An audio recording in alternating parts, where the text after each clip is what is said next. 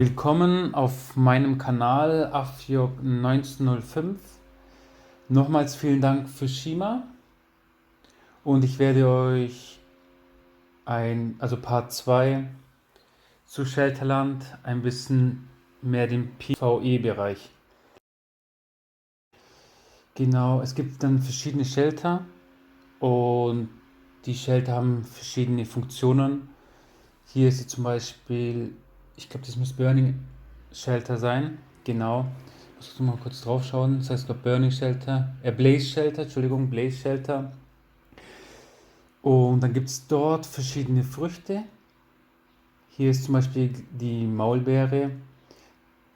Und ich kann auch sein, dass es brennende Shelter heißt. Ich weiß nicht genau, wie die Ingame-Übersetzungen sein werden, weil nur die EU-Version hat deutsche Übersetzungen und ab dem S3 wurde bei dem Global Live After nur Englisch. Man konnte nicht auf Deutsch umsetzen, soweit ich es weiß. Und unsere Version hat Deutsch. Deshalb weiß ich jetzt nicht genau, wie die Übersetzungen sein werden. Und da werde ich euch ein paar Sachen zeigen, was mir Shima alles zugekommen lassen hat, die verschiedenen Areas. Ich werde die Areas auch. Was kommt da hinaus? Genau. Also wie man sieht, dann gibt es verschiedene Sachen, verschiedene Früchte, wo man im Lager ernten kann. Und man muss, wenn man so, als Beispiel jetzt, man gewinnt das Sumpfshelter und möchte dann in ein anderes Shelter gehen, zum Besuch natürlich, kann man den Bürgermeister oder auch die Office fragen vom jeweiligen Camp und man muss halt eine Erlaubnis holen, um die Shelters zu besuchen zu dürfen. So genau, das hat sie mir gesagt noch. Und was ich euch noch dazu, genau, das ist ja zum Beispiel das Camp hat dann den Helikopter mit dem Campnamen. Jetzt hat sie wieder gewechselt und jetzt ist sie gerade im Wilderness Shelter. Ich sage es einfach mal auf Englisch, weil ich weiß nicht, ich kriege erst die Übersetzungen, wie die richtig heißen, erst in ein paar Wochen. Und deshalb sage ich die jetzt einfach mal auf Englisch. Und genau, man muss halt die Erlaubnissen holen, um auf die verschiedenen Shelter zu kommen. Und auf jedem, genau, und dann gibt es hier, genau, auf jedem Shelter gibt es dann personalisierte Früchte, wo man nur auf den Sheltern bekommt. Das ist sozusagen exklusiv. Und man kann dann auch, wie man hier sieht, das ist wahrscheinlich so Mammutbaum-mäßig, der Bereich. Ah, okay, ist sehr interessant.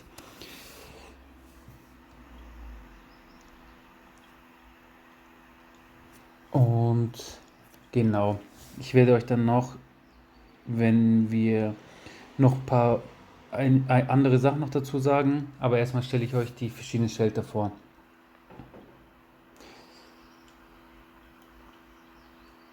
Ich finde es mega cool, dass sie extra die Zeit genommen hat und um mir das zu zeigen und natürlich euch das zu zeigen, finde ich echt klasse. Jetzt ist sie gerade auf Santopani, genau auf Santopani Shelter und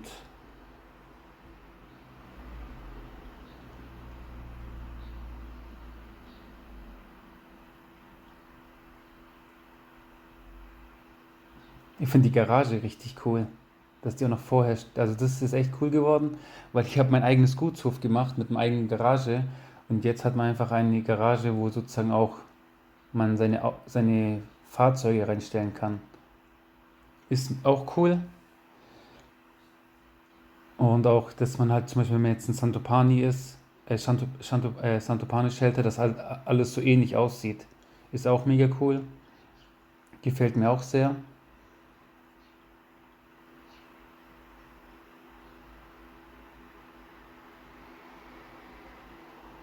Und links hat man gerade gesehen, kommt so ein kleiner Shop noch dazu. Das kommt wahrscheinlich auch bei uns bald dazu. Und sieht alles schon viel lebhafter aus.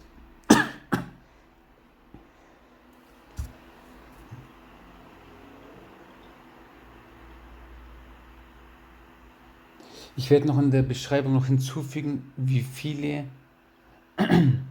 Shelter es gibt insgesamt, weil das mich eigentlich auch sehr interessiert. Jetzt sind wir im Snowfield Shelterland. Snow Shelter, genau. Also mit den ganzen verschiedenen Shelter ist echt eine coole Option, coole Funktion.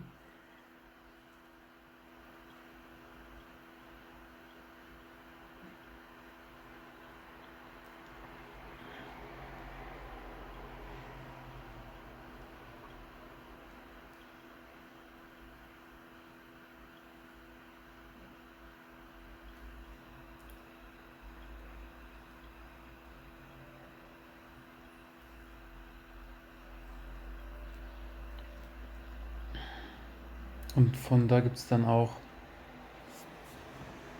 welche Frucht ist das? Leider sieht man das nicht, weil sie wahrscheinlich keine Erlaubnis gegeben haben. Vom Levin her, genau. Ist auch mega cool. Also das ist eher so ein für den PvE-Bereich natürlich. Und ich weiß nicht, ob ich schon beim ersten Video gesagt habe, von jedem Lager von jedem Server können nur 2 Camps antreten. Da es derzeit 6 Lager gibt, Server gibt, vielleicht könnte es, weil in der Global-Version gab es mehrere, kann vielleicht sein, dass dann noch bei uns mehrere Lager mit teilnehmen können. Ich weiß jetzt noch nicht genau, wie die das machen, aber natürlich, sobald ich Bescheid weiß, sage ich sofort weiter. Jetzt ist sie gerade im Sandshelter und Sandshelter.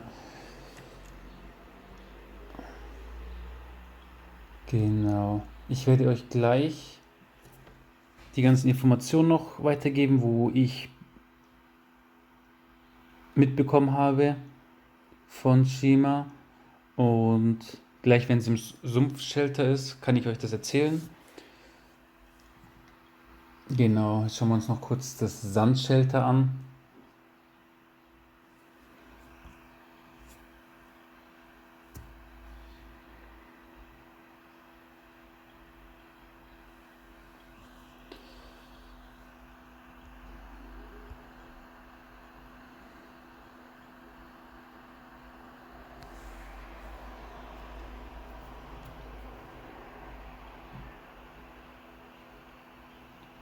Ist auch, was gibt's da? Also wie man sieht, gibt es hier verschiedene Früchte für die verschiedenen Shelter.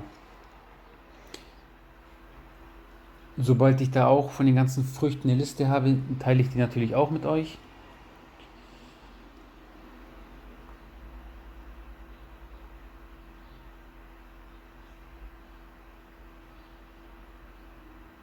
Also mir gefällt es echt, das Feature gefällt mir echt sehr, weil es auch, sag ich mal so, da es verschiedene Shelter gibt, können mehrere Lager daran teilnehmen.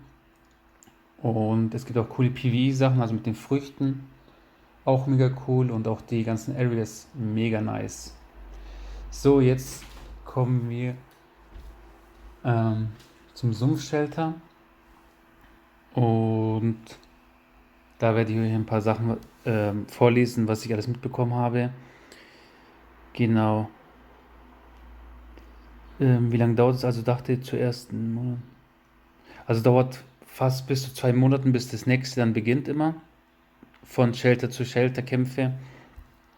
Was ich euch gesagt habe, man braucht 8000 Punkte, gewinnt die Runde. Es gibt 2 Runden. Oder halt genau 3 Runden dann sozusagen. Wer 2 gewinnt, kommt weiter. Kein Dokumentenkampf. Man muss, wie soll ich sagen, so Gebiete erobern und aufbauen. Und der Bürgermeister entscheidet und kann seine Rangliste angeben. Und es gibt verschiedene Bereiche: Sturm, Sand, Sumpf. Okay, wenn zum Beispiel 2 Lager in den Sturm wollen, dann kommt der bessere in den Sturm und der schlechtere in Sand zum Beispiel. Okay. Was ist noch so wichtig? Es gibt 5 Shelter, also können 10 Camps aus einem Server antreten, wenn sie denn wollen. 2 pro Shelter, okay? Es gibt 5 Shelter, das ist wichtig zu wissen. Es kann aber bei uns wieder anders sein. Also das ist die Frage, wie es bei uns dann genau wird. Und was ist noch wichtig? Genau. Das Gebiet ist aber auch riesig und Sammelberufe haben den Vorteil, dass sie Stützpunkte, die vom Feind eingenommen werden, schneller wieder einnehmen können. Gibt Punkte. Und Produktionsberufe, zum Beispiel Büchsenmacher und Co., können Strukturen schneller reparieren. Gibt Punkte. Es macht also Sinn, in Teams zum Beispiel die starken Kampfberufe mit anderen Berufen zu mischen. Okay? Das ist auch wichtig. Das werde ich in die Beschreibung noch einpacken. Und was hat sie noch erwähnt? Genau, 60 gegen 60. Also die Shelter sind Lagergebiete, die direkt in der Karte im jeweiligen Hoheitsgebiet liegen. Sie sind von außen durch eine Schleuse erreichbar. Kannst, genau, kann man auch direkt mit dem Heli hinreisen. Allerdings erst, wenn du den Besuch beantragst und das Lager, Bürgermeister oder Office akzeptiert haben. Genau, das war schon mal das, was wichtig ist. Genau, was haben wir denn noch so Schönes, was ich euch mitliefern kann?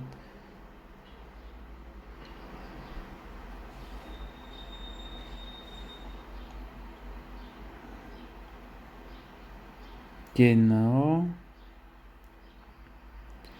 da haben wir noch ich habe noch 3 Minuten. Bufffood und Muni auf den Karten für Mitglieder plus, genau, was gibt es da mit dem Essen? Das sind auch Effekte auf den Karten dann aktiv, jeweils unterschiedlich, zum Beispiel weniger Munikosten, Haltbarkeitsverlust, etc. Auf den Karten stehen Flaggen mit den Lagernamen. Die kannst du pro Tag liken. Jede Woche gibt es dann davon Gold im Lagertresor. Und Beteiligung, Fähigkeitspunkte für Mitglieder.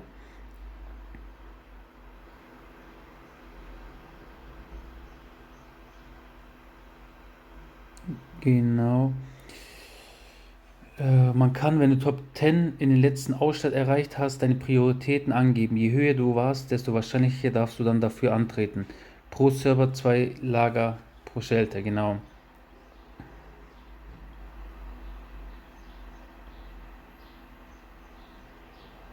Genau. Ah, okay, 5 Shelter, genau wie ich schon gesagt habe. Es gibt Schneehochland für alle offen, Ausstatt für Gewinner, Rona Blaze Shelter, Santopani Storm Shelter. Ah, okay, Santopani ist Storm, okay. Maulsumpf, Sumpfshelter, Sandsteinfeste Sandshelter sozusagen, Maumut, Baumstadt, Wilderness Shelter. Genau, ist auch nice. Und danke nochmal an Shima. Und es gibt halt Titel und Outfit gibt es auch noch in entsprechender Farbe. Das ist auch noch wichtig. Aber bis dann, also ich werde dann nochmal ein drittes Video machen. Und danke nochmal an Shima und ich wünsche euch viel Spaß mit dem Video. Euer Fjord 1905.